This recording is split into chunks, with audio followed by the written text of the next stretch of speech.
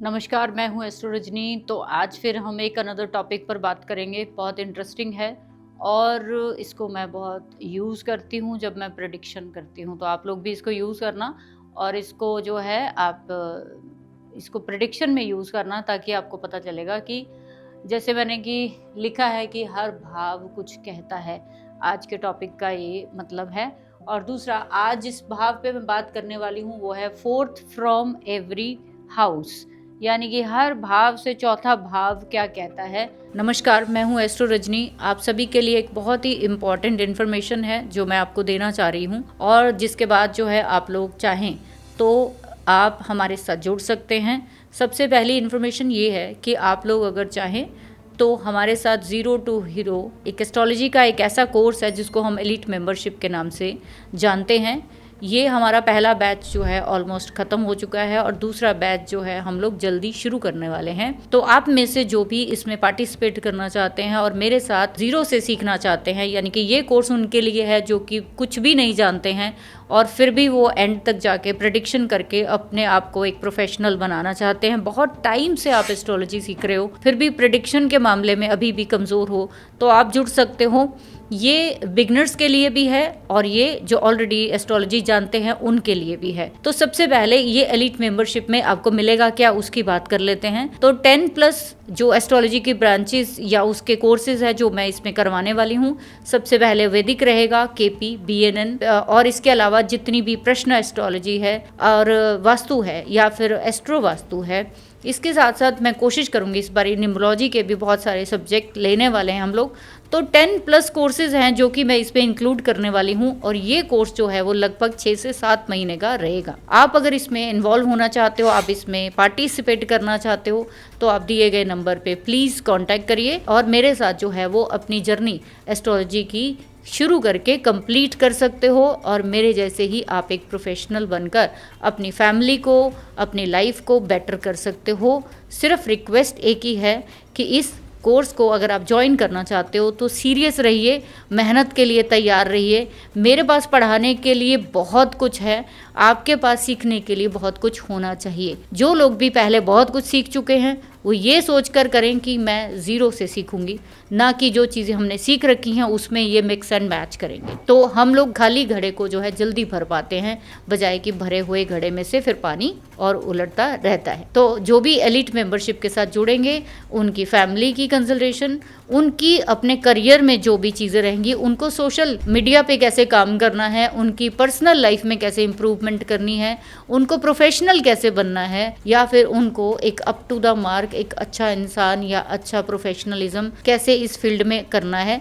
मेरे जो 8 साल का एक्सपीरियंस है वो सारा का सारा आप लोगों को दूंगी। तो इसके साथ साथ आप लोगों से रिक्वेस्ट है वंस अगेन, जो भी एलिट मेंबरशिप को ज्वाइन करना चाहता है नीचे दिए गए नंबरों पे संपर्क करें। Thank you very much.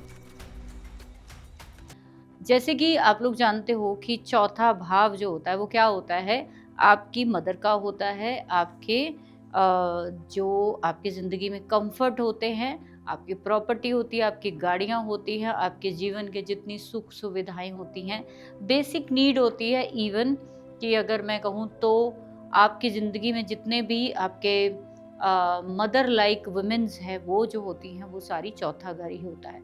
तो स्टार्ट करते हैं। सबसे पहले आपको मैं बताती हूँ कि पहला घर जो होता है वो आपका लगन होता है। आप लोग सभी जानते हो, है ना। यहाँ तो आप लोग इतना तो सीख ही चुके हो। तो लगन से चौथा भाव चलेंगे।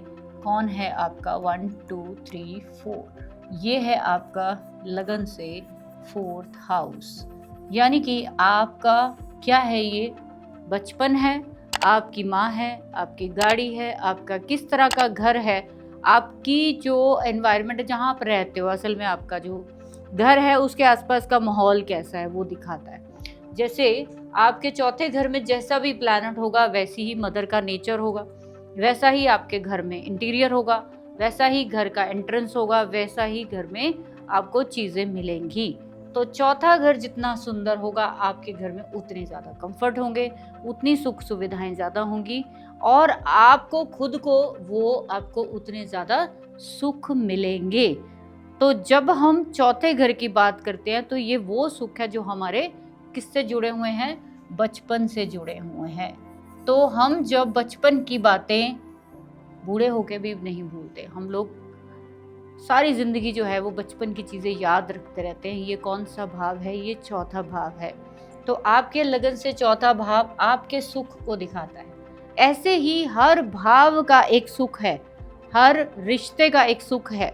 वो जानने की कोशिश करेंगे तब आपको समझ में आएगा कि वो भाव का जो कंफर्ट है वो क्या चाहता है और उसको इम्प्रूव कैसे किया जाए, उसकी ज़िंदगी में वो अड़चन क्यों है, वो हम वहाँ से देखेंगे।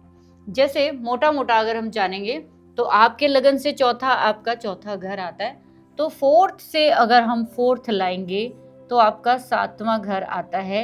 ये आपको आज थोड़ा-सा जो लोग शायद नए हैं उनको हैरानगी होगी कि सातवां घर आपकी नानी का होता है। क्योंकि चौथा घर आपकी माँ का है, तो चौथे से चौथा माँ की माँ का है, यानी कि आपकी नानी का घर है। तो जैसे हालात आपकी नानी के रहे होंगे वैसे ही लगभग आपकी इस बात पे बहुत सारे लोग कमेंट करेंगे कि वैसी पत्नी हमारी नहीं है।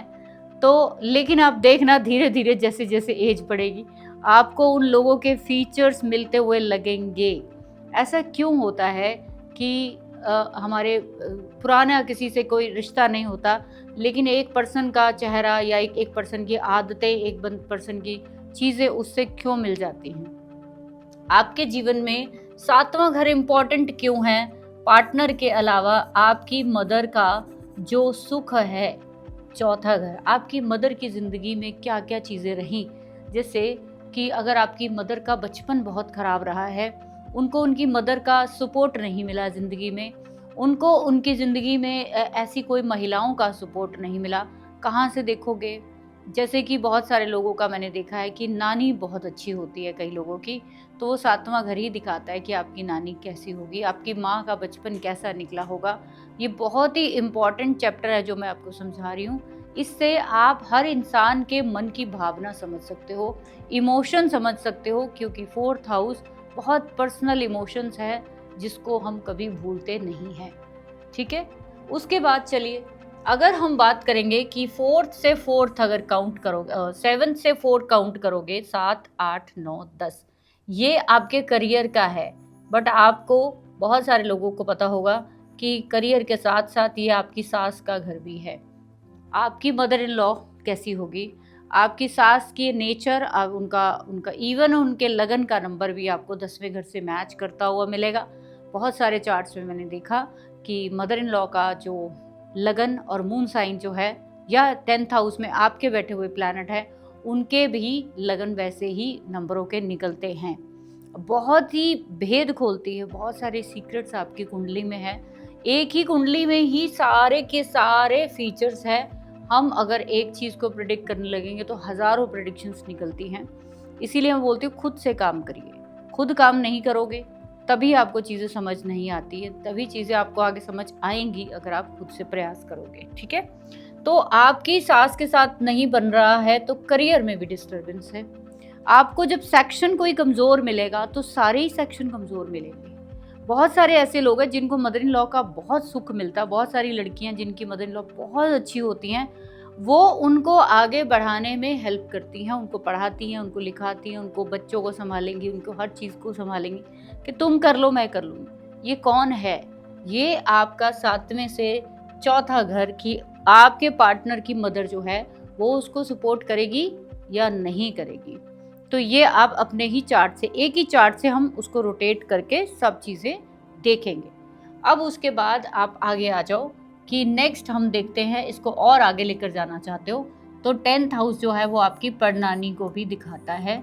जब भी आपकी परनानी जो होगी उसको अगर कोई भी इशू रहा है, कोई भी ऐसा दोष आपके 10th हाउस में है, तो परनानी को कोई ना कोई दिक्कत रही होगी जिसकी वजह से आपके करियर में कोई दोष पैदा हो रहा है, जिसकी वजह से आपको ये इंडिकेशन है कि आपको बड़ों बुजुर्गों के लिए, पितरों के लिए कुछ ना कुछ ऐसी चीज़ें करनी पड़ेंगी, तब आपके ये करियर की चीज़ें ठीक होंगी।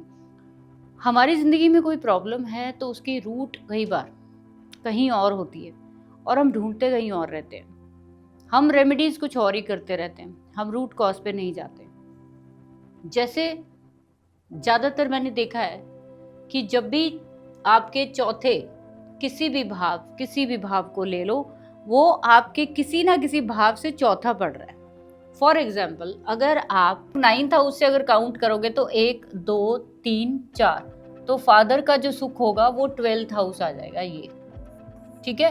तो यहाँ पे आपकी दादी है, तो जिनकी भी दादी नहीं है वो अपने 12th हाउस को देखेंगे। जिनकी भी दादी ने आपके फादर को सपोर्ट नहीं किया है वो 12th हाउस देखेंगे। अगर आपके फादर की जिंदगी में बहुत सारे स्ट्रगल्स रहे हैं तो वो 12th हाउस को देखेंगे। जितना 12th हाउस आपका अच्छा होगा उतने आपके फादर को उनकी मदर की उतनी ज्यादा सपोर्ट रही होगी।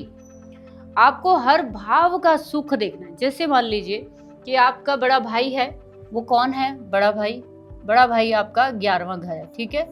11वें घर से काउंट करिए 1 2 3 4, ये आपका सेकंड हाउस जो है ये बड़े भाई का सुख है। यानी कि आपके बड़े भाई के साथ आपकी मदर का क्या रिलेशन है। कई बार ऐसे आपने देखा होगा फैमिलीज में बड़े भाई को ज्यादा प्यार करते हैं, छोटे भाई को ज्यादा प्यार करते हैं।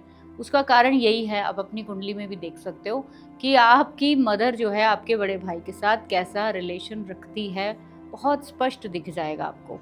उससे आपको ये भी चीजें पता चलेंगी कि इस चीज को इम्प्रूव कैसे करना है। हमारा मकसद ज्योतिष सीखने का यह है कि हम इसको इम्प्रूव करें, ना कि हम इसको बस देख के छोड़ दें। आपको इम्प्रूव करनी है चीजें, ठीक है। तो हमने हमारी जिंदगी में कौन सा आपको एरिया वीक लगता है, अगर आपको अपनी माँ की जिंदगी में सुख लाना है तो आपको किस भाव को सुधारना है? आपको 7वें घर को सुधारना है। अगर आपको अपने करियर में सुख लाना है तो आपको अपना लगन सुधारना है, क्योंकि 10 11 12 1 यानी कि चौथा घर, ठीक है। तो सुख तो हर भाव में चाहिए ना आपको, ये तो है नहीं कि एक ही भाव में चाहिए। करियर का सुख आपके लगन में, आपका सुख चौथे घर में, आपकी माँ का सुख 7वें घर में। आपको कहाँ पे सुख चाहिए उस एरिया में राशि देखिए, प्लैनेट देखिए और एस्पेक्ट देखिए, उस एरिया में रेमेडीज करिए। उस अगर वहाँ पे मैलेफिक है, कोई दोष जनरेट हो रहा है तो उसको रिमूव करिए, या उसके रिगार्डिंग पूजा जाप मंत्र कुछ भी ऐसी चीज़ें जो है वो करिए, ताकि आपकी ज़िंदगी में इम्प्रूवमेंट आए। ये वीडियो बनाने का मेरा सिंपल सा मकसद है कि आपको हर भाव का सुख देखना है। पहले का सुख आपका चौथा घर, दूसरे घर का सुख यानी कि पैसे का सुख आपकी आपकी जो फैमिली आपके कुटुंब है उसका सुख आपके बच्चों में है, ठीक है। आपके फैमिली क्या चाहती है कि आपके बच्चे हों, आप आगे जनरेशन अपनी आगे बढ़ाओ, बच्चों को संभालो, ठीक है। 3rd हाउस का सुख किस में आ गया है? 3 4 5 6 छठे घर में, कि आप जो पराक्रम कर रहे हो उसका सुख जॉब में मिलेगा आपको, ठीक है। उसके बाद चौथे घर का सुख मैंने आपको जैसे बताया 7वां। 5वें घर का आपके बच्चों का सुख किस में है? आपके अष्टम में बैठा हुआ है। यानी आपके अष्टम में जितने ज्यादा प्लैनेट मैलेफिक होंगे, नीच के होंगे, आपके बच्चों की जिंदगी में उतने सुखों की कमी ज्यादा होंगी। तो इस चीज को आपने काउंट करके थोड़ा सा दिमाग लगाना है, थोड़ा सा मुश्किल नहीं है, बिल्कुल ईजी चीज है। हर भाव से काउंट करके आपने नीचे कमेंट सेक्शन में भरना है, नीचे लिखना है कि मेरा पहले भाव से जो है ये प्लैनेट बैठा है सुख में, सेकंड भाव से ये प्लैनेट बैठा है, ताकि मेरे को समझ में आए कि आपको समझ में आ रही मेरी मेहनत सफल हो रही है, ठीक है। तो आपकी जिंदगी में कोई भी भाव आपको प्रॉब्लम क्रिएट कर रहा है तो वहां से चौथे घर में जाइए और वहां पे प्रॉब्लम देखिए और वहां पे सुख को क्रिएट करिए। कर सकते हो, कुछ भी ऐसा मुश्किल काम नहीं है। सो ये छोटा सा वीडियो भावत भावम का है, तो हर भाव से चौथा भाव कुछ कहता है, इसको समझिए और उसको अपनी ज़िंदगी में लाइए और इम्प्रूव करिए। Thank you very much.